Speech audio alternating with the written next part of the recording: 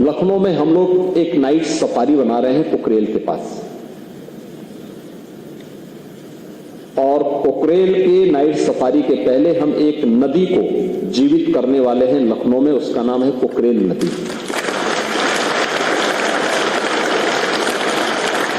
कभी पोखरेल नदी थी जो गोमती की सहायक नदी थी, आदि गंगा, गोमती को आदि गंगा भी कहते हैं। पीलीभीत से निकल करके और वाराणसी में ये मां गंगा के साथ इसका मिलन होता है। लेकिन गोमती की सहायक नदी पोखरेल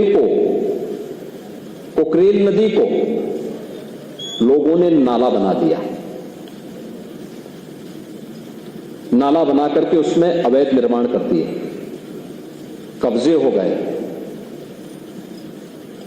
और कब्जा इतना बढ़ा, पिछले 4 दशक में इतना बढ़ गया कि अब वह स्वयं ही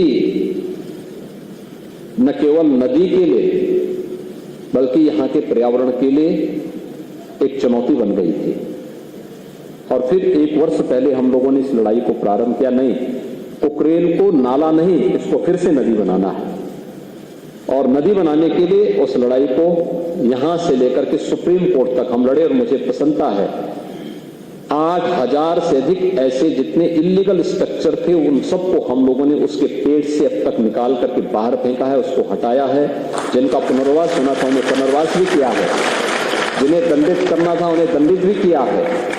और नदी, आप आश्चर्य करेंगे कि अभी 8000 स्ट्रक्चर हटे हैं, लेकिन इतने स्ट्रक्चर हटने के बाद नदी में पानी के नए स्रोत फूटते हुए दिखाई दे रहे हैं।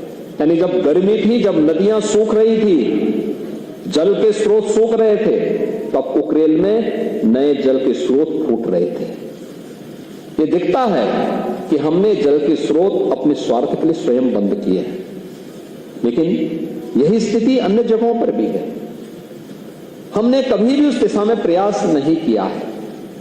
और इको टूरिज्म डेवलपमेंट बोर्ड इस बात के लिए हमें आगाह कर रहा है कि ज्ञानवर्धन के लिए भी, मनोरंजन के लिए भी हम अपनी प्रकृति के इस उपहार का उपयोग करें, लेकिन इसके साथ साथ आने वाली पीढ़ी को एक लंबे समय तक ये उपहार इसी रूप में, मनोरंजन और ज्ञानवर्धन के रूप में प्राप्त होता रहे। इसलिए इसके संरक्षण की जिम्मेदारी भी हमारे ऊपर होनी चाहिए, हर पीढ़ी को अपने ऊपर लेनी पड़ेगी।